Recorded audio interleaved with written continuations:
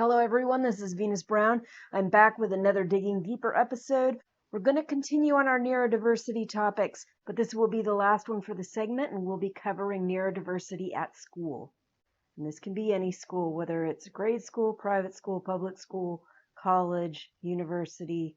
Trying to get through school with a neurodivergent brain can be a challenge in many ways. While handling some struggles, you may have certain strengths, which present some benefits that you can use to harness learning and productivity. Those could also mask some of your needs. Because every neurodivergent person is different, those challenges and benefits are very individualistic from one neurodivergent person to another. In similar respects, leading education for neurodiversity students can be a challenge as well. Each student will present their own unique strengths and challenges. It is up to educators to find ways to reach each and every student, present accessible education for all, and try to ensure that important struggles and needs are not missed, trying to catch everything that may be masked or hidden. In today's Digging Deeper post, we will look further into education for our neurodivergent students and their educators. It would probably be good to look at neurodivergent educators as well, but I haven't gotten a lot on that specific group. There is important information in our Neurodiversity at Work post that may be beneficial in that area. If we consider the original creation and structure of the school system, it was created to be like an assembly line of warehouse children being prepared for life as patriotic, loyal citizens and productive employees in our capitalist society. It still is today. The goal to create as many students ready to fill some role within that society drove the way that this system was built, how curriculum was produced, how administration ran schools, and how educators taught students. The focus on getting most students up to par allowed others who did not work well in that system to fall further behind their peers. It also increased the likeliness that those students who fell behind would not be very successful in our society. As time, technology, engineering, and industry have progressed, our education system has fallen behind. Some focus has begun to shift from pushing what works for most mainstream students to working better for all students. Still, too much in current education is set up in that traditional, old-style, warehouse assembly line that works well for the mainstream but allows others to fall through the cracks. In Individualizing Education, an article in WebMD explains that neurodiverse students may excel with some things like creativity, seeing the big picture, or out-of-the-box thinking, but they may struggle with more classic or traditional lessons and assessments. Thinking of diverse learning needs of the students by learning their individual learning profile can help individual education for those who process information differently. In addressing a wide variety of diverse needs, it can help catch students who do not have a documented learning difference, as well as those that do. It is partially by casting a wide net and partially by individualizing education that educators can minimize neurodiverse students falling behind, which will also improve their chances for success during and after educational years. When it comes to struggling through education, another article by Carter Hammett explains that several areas of functioning can be affected in neurodivergent students, such as planning, completing complex tasks, problem solving, time management, organization, setting priorities, managing stress and emotions, various types of processing, multitasking, and analysis. These challenges can result in a great deal of struggle in a traditional school setting, especially without the right supports, accommodations, and assistance. Neurodivergent students may struggle to organize materials, assignments, and projects. They may misplace assignments, projects, notices, and supplies. While some of these struggles can be managed, their presence in the student's life does not go away. Students may be able to identify areas of struggle to pinpoint accommodations and other options that can help with managing those areas. They may also be able to identify strengths that can be used in taking on roles that will work well for them. It can be beneficial for students to give themselves time, attain sources of encouragement, implement various strategies while finding ways to be flexible when change is needed. Educators, parents, administration, and staff can help to create an environment that works well for these students while helping them to find a path, accommodations, style, and tools that work well for them. Also consider finding mentors and other students who work well together in handling certain challenges. So if we want to support students' neurodivergent needs, what are some of the things that educators, parents, and administrators can do to create that environment that is more productive for some neurodivergent students? First, we want to reduce distractibility with quiet workspaces, less distractions, and frequent breaks.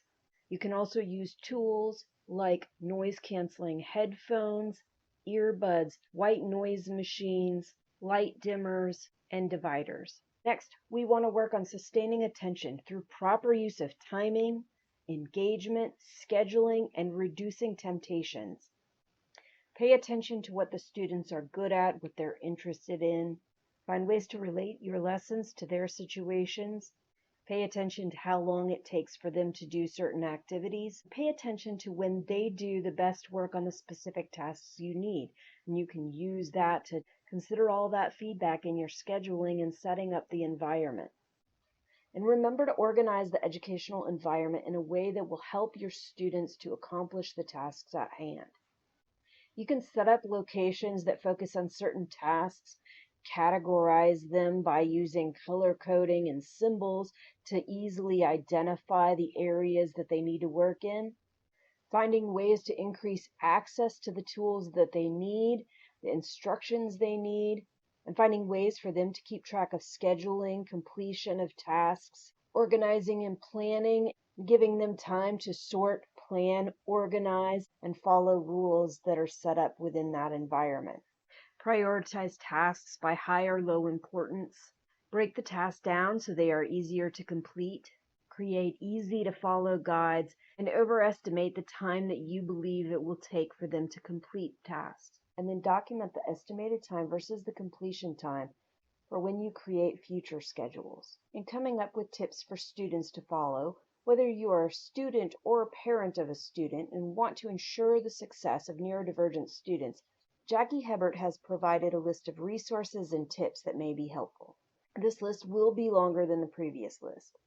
Educators and administrators can also add on other things that focus on the specific needs of diverse individuals in their class and provide for broader needs of the group. But that list is just a starting point to guide some basic environmental setup for neurodiverse schools and classes. The next list provides more comprehensive ideas to help students and parents of those students in preparation to be more successful in class and at home. Use calendar schedules and task management tools. It turns out there's actually a great deal of apps and programs available, sometimes inexpensive, but often for free.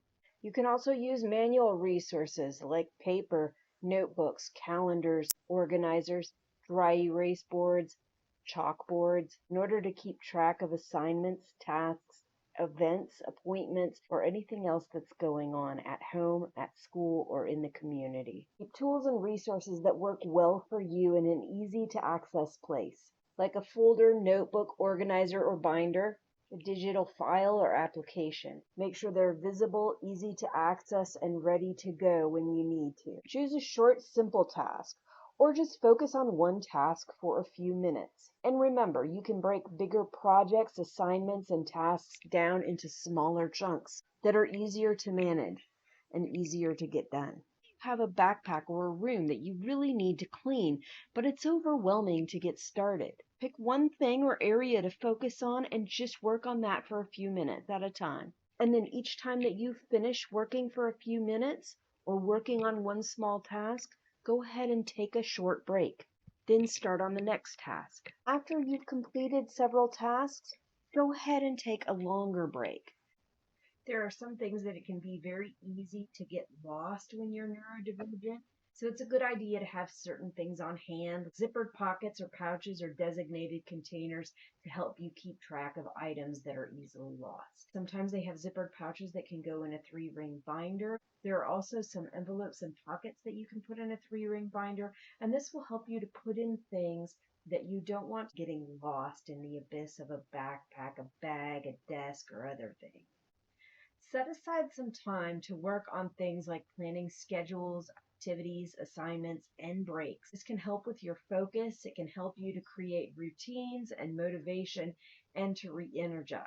Use things like highlighters, colors, numbers, or symbols to code information in a quick and easy way so that you can go back through the material for studying assignments and projects. It's also a good idea to work ahead. Think ahead of time. Come up with questions before a lesson. This can help you improve your understanding, engage better in class, and it can even speed up how fast you learn. Before you take a break, prepare for your next task. Think back on what you've already learned, contemplate your lessons deeper, and then plan how you will move on with your next task. That way you can enjoy your break and you can come back ready to transition right into the next task. Of course, you're going to have challenges, so own your challenges by creating solutions. Work through and think what has gone wrong, what has worked, what's worked well, what could work better, how can you adjust it? Use your strengths and your ideas and what others have tried in order to figure out how you can adjust things in order to improve them and in order to fix some of the things that are going wrong as you move on to your next tasks or try to improve on work that you've already done. Focus on one thing you'd like to change or improve. It could be something that bothers you, something that will help you, or just something that makes things better for you. And then after you get better, go ahead and try another. This is a way to help improve multiple things in your life. While we all have struggles, failures, and challenges, we also all have achievements and wins. Reflect on your successes, your wins, your improvements. Even if things didn't go exactly as planned, celebrate your achievements. Whether you were successful, you won something, or you just got a little bit better than you were before. Reflect on them and then use that to work on your next goals, building onto your accomplishments. That's all I have for you today. I hope to see you next week on our next Digging Deeper post. And remember, if you like this video, please give me a thumbs up.